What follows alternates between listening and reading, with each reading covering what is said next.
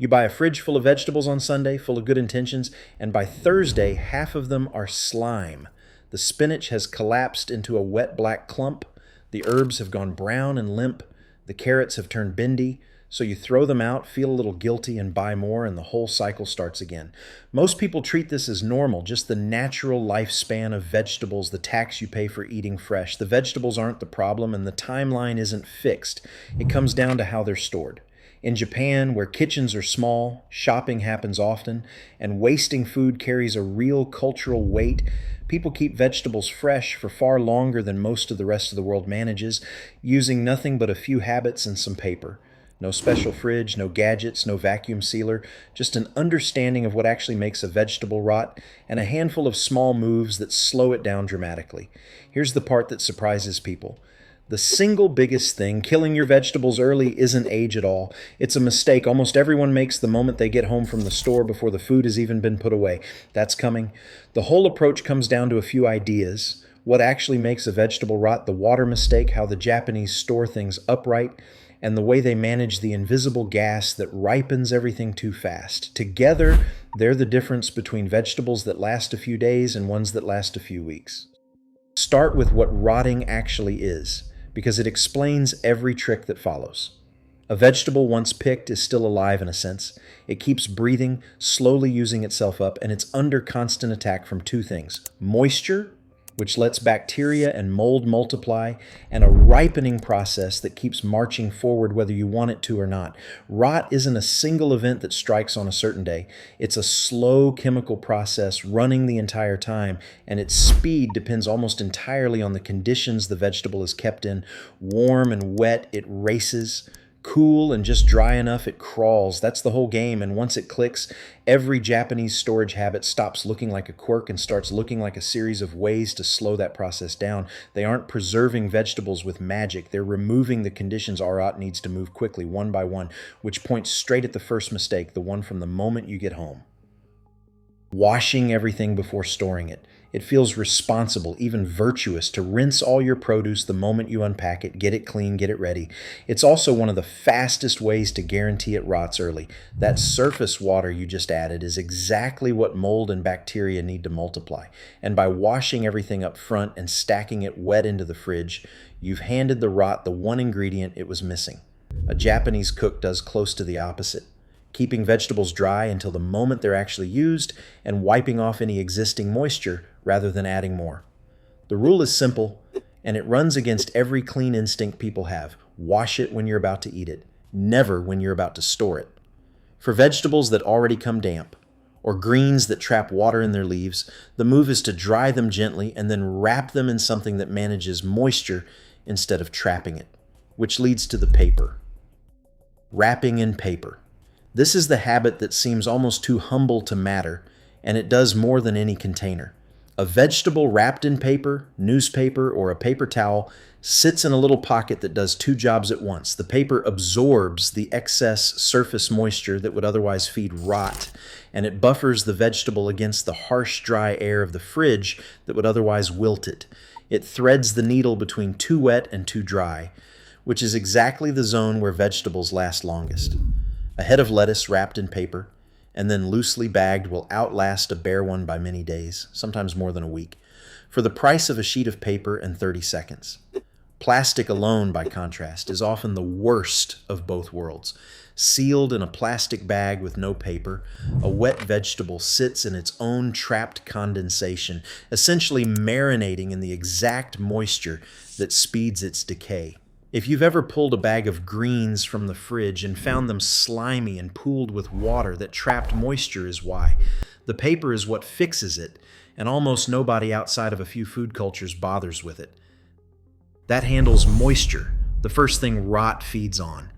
But there's a second factor that has nothing to do with wetness at all, and it's one almost nobody thinks about. The position a vegetable is stored in. And it shows up in something you'd never guess mattered.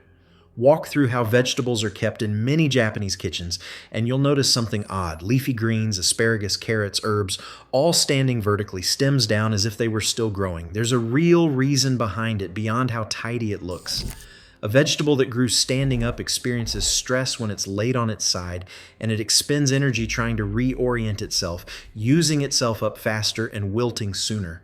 Kept upright, in the position it grew in, it stays calmer, holds its structure, and lasts noticeably longer. Asparagus stood in a little water like a bunch of flowers, herbs kept in a glass on the counter or the fridge door, greens standing rather than crushed flat under other groceries. It sounds almost too gentle to make a difference, and it makes a real one. There's a related point about pressure that goes with it. Vegetables piled and crushed under the weight of everything else in the fridge bruise, and bruised tissue rots first because the damaged cells leak moisture and invite decay. Giving vegetables a little room and keeping the delicate ones from being flattened protects the intact structure that keeps them fresh. Gentleness, again and again, turns out to be the whole theme. And then comes the invisible one, the force behind more surprise spoilage than anything else in your kitchen: ethylene gas. Certain fruits and vegetables give off an invisible, odorless gas called ethylene as they ripen, and that gas acts as a signal that tells other produce nearby to ripen and age faster too. This is the reason a single tomato or apple can seem to spoil an entire drawer around it. It's quietly gassing its neighbors into ripening before their time.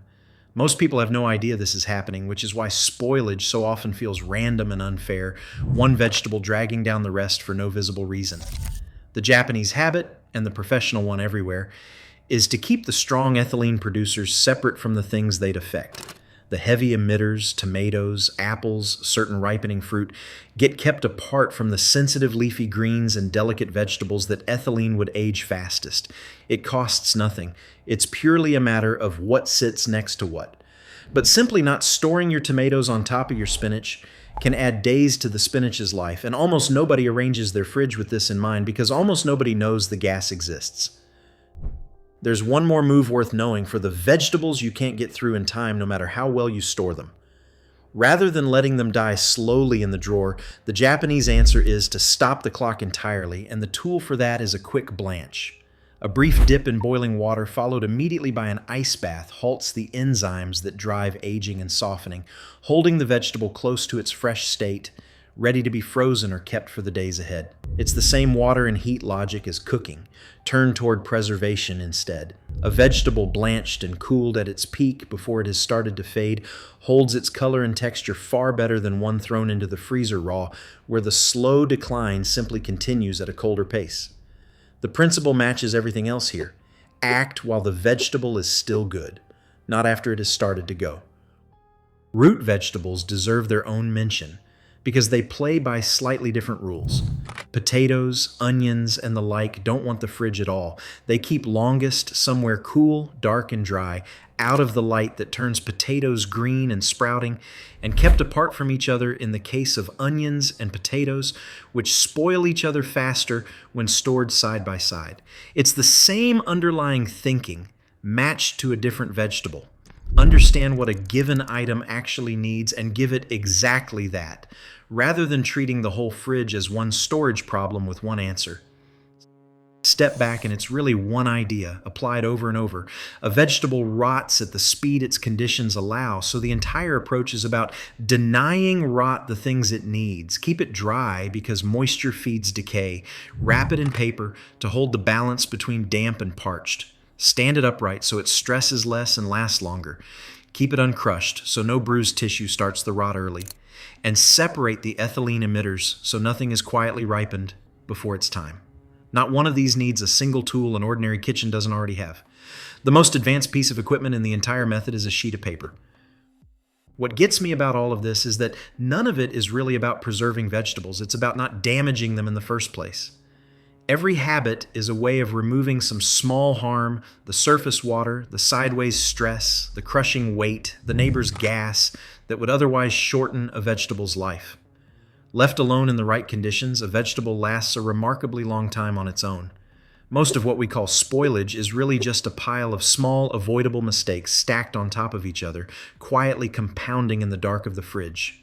That's the thread running under all of it, and it's the real idea behind so much of Japanese cooking.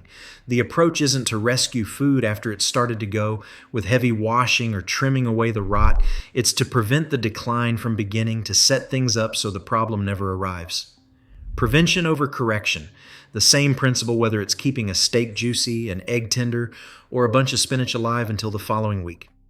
Try it this week with a single bunch of greens. Don't wash it, wipe it dry, wrap it in a paper towel, slip it loosely into a bag, and stand it upright in the fridge, away from any tomatoes or apples.